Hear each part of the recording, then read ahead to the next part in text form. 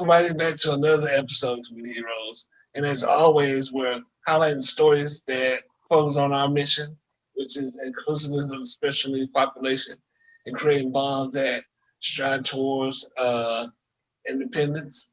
So today I have an opportunity to meet someone I saw on TV. Now, anytime I can say I've seen someone on TV and actually contacted them, I feel like that's something I can brag about a little bit later on. But this guy, I felt like his story was worth sharing, and I'm glad he allowed us to do that. So, without further ado, I want to introduce Mr. Ray Young. How you doing today? Man, doing good. Thank you for having me today. Thank you. So I'm just going to jump into it, Ray. Man, I'm jump to our first question. I'm going to let you tell us a little bit about your hometown, your background, and things like that. Sure, sure. So I'm originally from Waco, Texas, which I grew up in, and at the time I grew up in a single parent home um, where I dealt with a lot of struggles. Far as I was in and out of juvenile, I dealt with homelessness. Uh, I had wound up dropping out of school right after my ninth grade year. Faced some challenges at that time.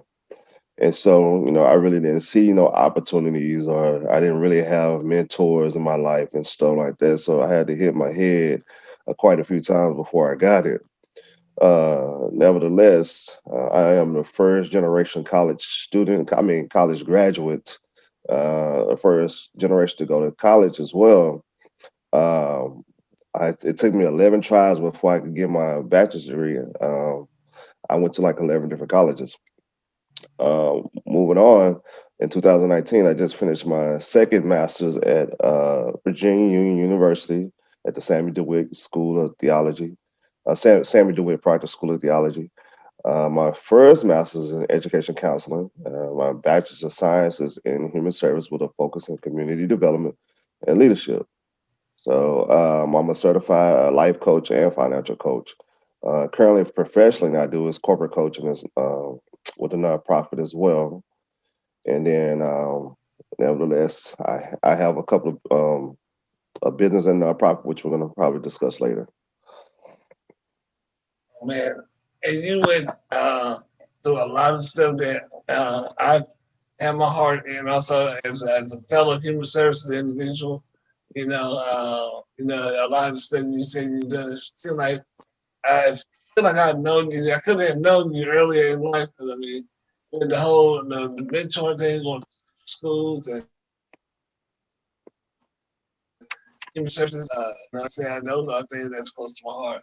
Before I go any further, I see my public relations individual just stepped in.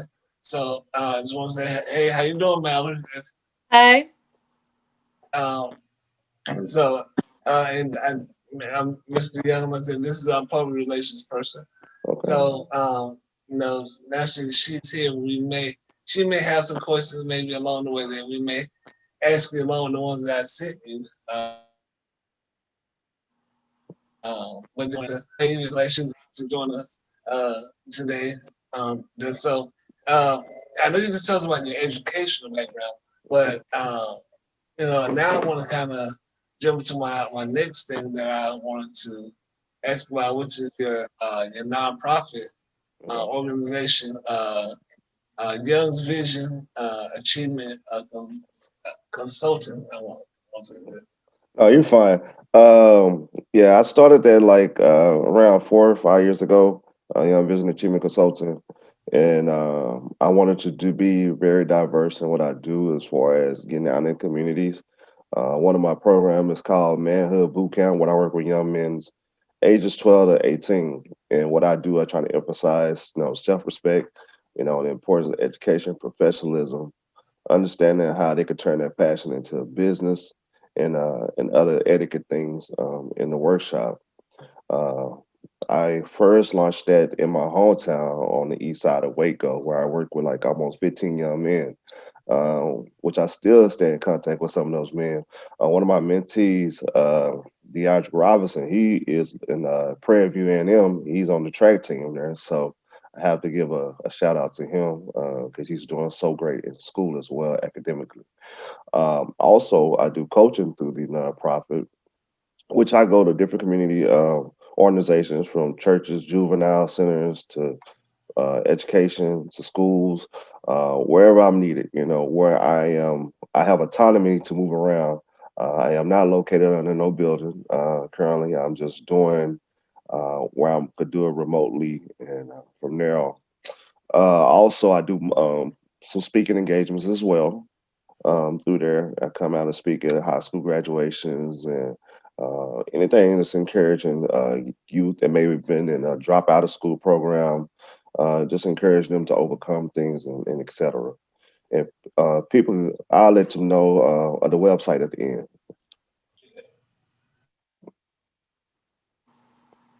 And it seems like you're very busy, especially with your nonprofit.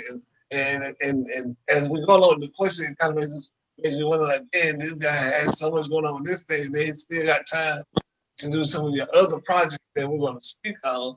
It makes you wonder. I'm like, man, I need to follow his plan, how he got all this time. 'Cause it's amazing, and as we go along, people see what I'm saying. So now my next question is, I was reading about the different things about you and read this term called MIGO. So I feel like that was an interesting question to ask. So you can explain a little about that term MIGO. Okay, so Mygo is my new brand, which I do shirts, hoodies, and hats. But also, I wanted to incorporate life coaching into it. So if I get out and do like some type of coaching event or motivational speaking event, that would be one of my brands. That's going to be the brand I'm selling. But also, it's just it's unisex as well. Now, if you break the word Mygo into in half, you see the word MYGO. So it's Mygo. And MIGO stands for My Greatness Overcomes. So I believe every one of us have greatness within ourselves to go overcome anything. It could come from overcoming, dropping out of school, starting a business. You know what I'm saying? Like you speak about special needs, overcoming special needs situations and stuff. It's a mindset thing. So even if it's dealing with mental health, it's dealing with a disease, anything you put your mind to that you can overcome, that you have the power within yourself to do. You'll see that I have a panther on above the word Michael. The reason why I chose the panther was because the panther is very unique, especially when you look in the African territories, because it's a rarity of them. So I believe everybody have their own rare uniqueness to themselves. So that's how you see the word Migo. And oftentimes when you come with brands, a lot of brands does not have meaning to it. So I want to make sure that I have meaning to it as well as an empowerment and an inspiration behind it as well. Yeah. Now, before I jump into the next question, I want our listeners to understand that Mr. Young, as he explained, you had your adversities, and different situations that you weren't so proud of coming up, but there was a shift in your life to where you started to get educated, you started to enlighten yourself, started to take the skills that you have and made it work for you. Starting your own nonprofit, uh, becoming a coach and things like that. Even down to now branding yourself. These are legacy type Mm, things that you don't understand. When you're gone, that brand will still be here if you do it properly.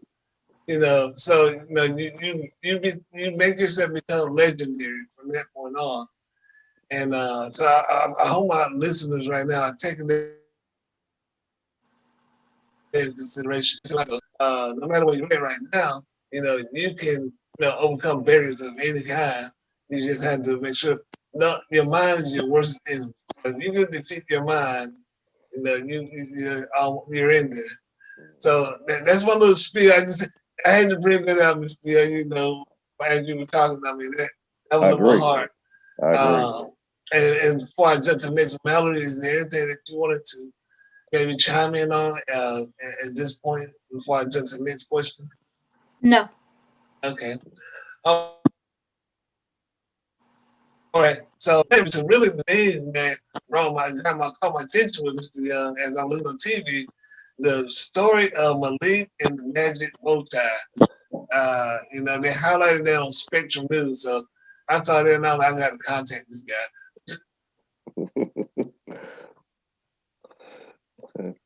And so, can you repeat the question because it went a little bit in and out? I'm sorry. Yeah, yeah. I'm sorry. So I just wanted you to tell us about Malik and the Magic Bow Tie. Surely, surely. So Malik is, which is my son's name, and he's 6. He just turned 6 years old recently. And then the bow tie, as you can see, I'm a person that love bow ties, so I wear it and stuff. And but also when it comes to father and son relationship, you see that ties are passed down, or you see ties builds a camaraderie because you're teaching. It's a teaching thing. And when you do a bow tie, you don't just get it right the first time. You got to keep trying till you get it right. So I apply that to life as well. And so, one of the things I wanted to do was make of course, a magical thought process with the book. And you see the relationship between the father and son, especially within the African American communities and stuff. You have these stereotypical types mindsets saying that, hey, the father and son is not. I mean, the dad is not there. But I just wanted to see that, hey, you can, even as a father, just the small things can bring the relationship together. That you can, it's not always about money, it's about spending time and etc. See, that is so true. Uh, so you kind of jumped a little bit into what I wanted to ask next, which was the inspiration. Mhm. So I mean, if you want to, you can add on to that. But if not, I can jump to my next one.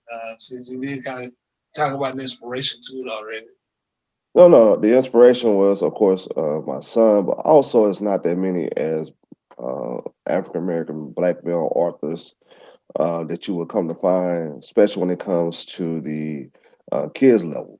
And I'm coming to find out when I come across people's path, they're like, "Man, I can't believe you the author," because also it's not easy financially to do.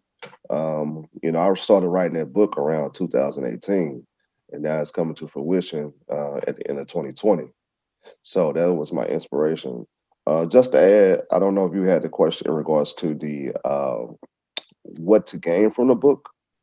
Some of the things to gain from it is education, relationship between the father and son, generational pass downs, being yourself, and overcoming obstacles. That's you just mentioned some generational pass down, and I remember when I was basically a young man. Uh, my dad he did the best he could as most parents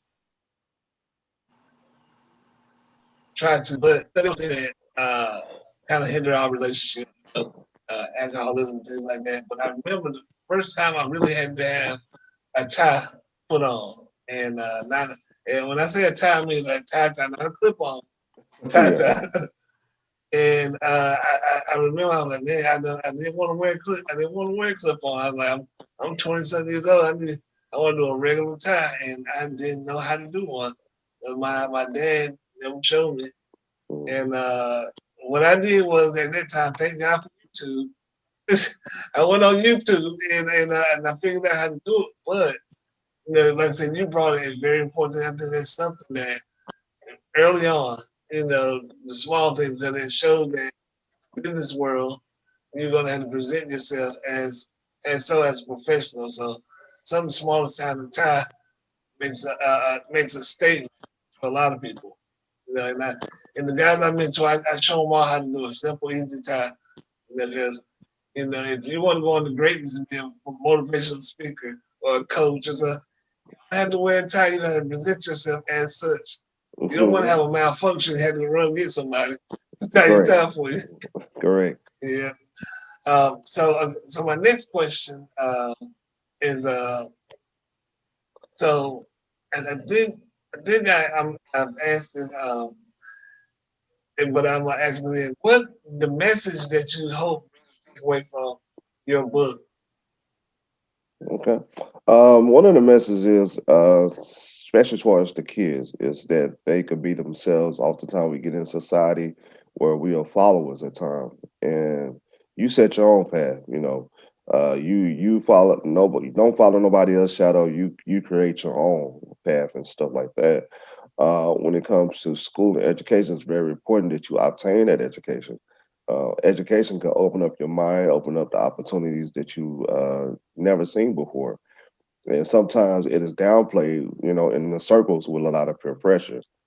And then the importance of that, hey, you once you become an adult as well, you want to make sure that hey, you're there for your child or your loved one or whatnot.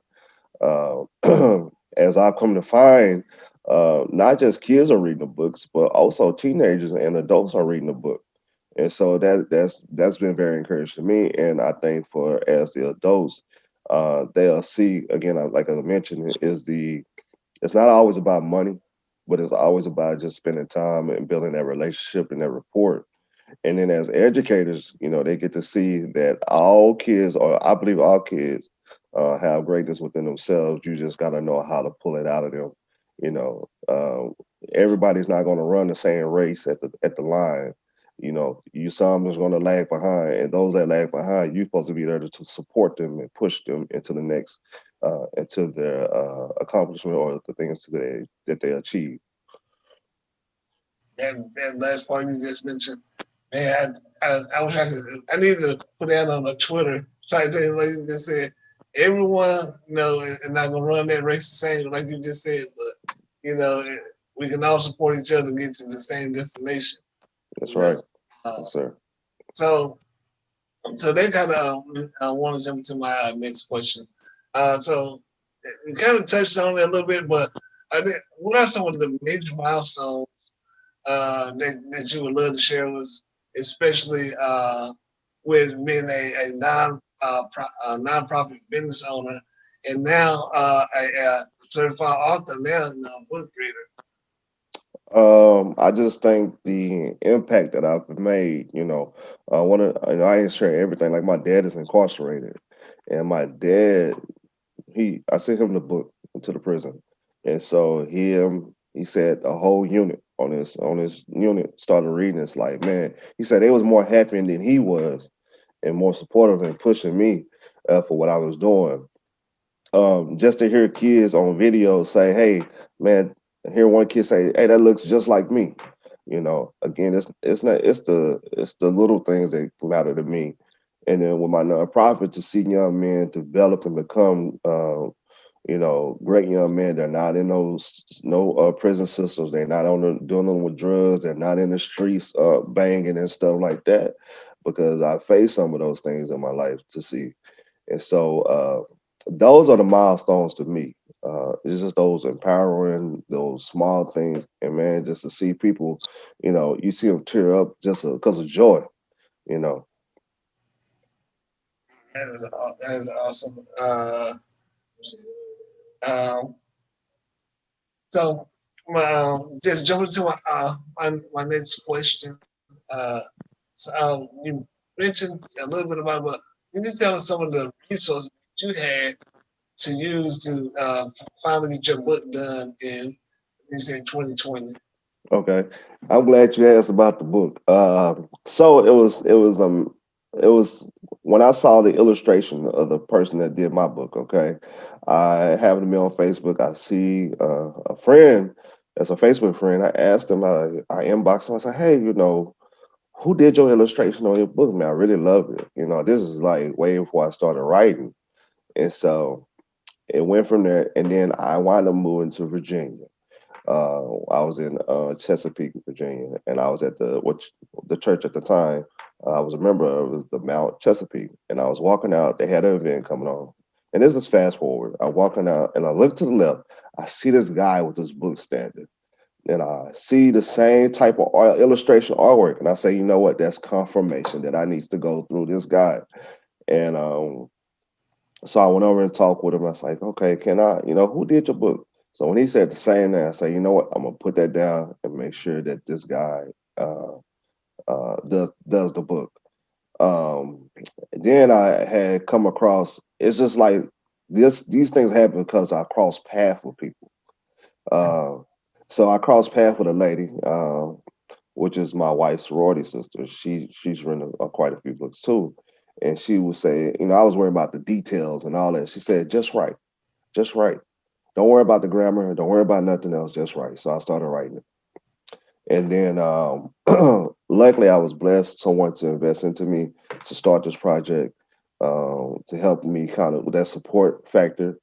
um, I only spoke for like 5 minutes about the book, and they was just overwhelmed, like excited, and so they, helped me with that. So, in regards to the nonprofit, again, crossing people path, I was notified and told by someone, "Hey, reach out to this law school and see about them doing pro bono work where you don't have to come out of your pocket to um, to start the program, to start the nonprofit." I already started doing community work and stuff like that. So when they saw me already doing the work, they was like, "Yes, we're going to move forward to assist you with it." So I think it's the thing is you just can't sit there. You gotta get out there and work, and things will start coming towards you. And you know what? Some of the things that as I'm listening to that story that you shared was that I just want to pull out that just resonated in my soul. That so many times hear people when they speak on situations, from what I got from what you said, key factors. This man did something without even expecting anything. He wrote the book without expecting. He just wrote it because he was told to write the book. You know, he he moved and he had to, in his mind he wanted to create the book, but he just kept it in his mind. And he lived his life every day being patient. Patience is very important. It's not Very, gonna happen overnight. yeah, And very, people came to him. He didn't go out looking for it. It came to him as he was walking. So that's the second thing. And then lastly, like you just said, you shouldn't worry about the finances because if you do the first two, be patient and just work without expecting anything. The last part, finances is going to come there, mm, and I think a lot of times people are, I don't know what word, I don't want to use a bad word here, but people forget those three key components whenever they want to achieve something. You got to have all three of those. mm, Patience, you got to have the drive and just do what what's told to you, and mm, then you will start seeing doors and stuff like that opening. You don't have yeah, to work for it. and That's that's I think people get confused. They work too much for stuff, and it's supposed to be the opposite way around. It's supposed to come to you, and you can't grab it all. It's Uh-huh.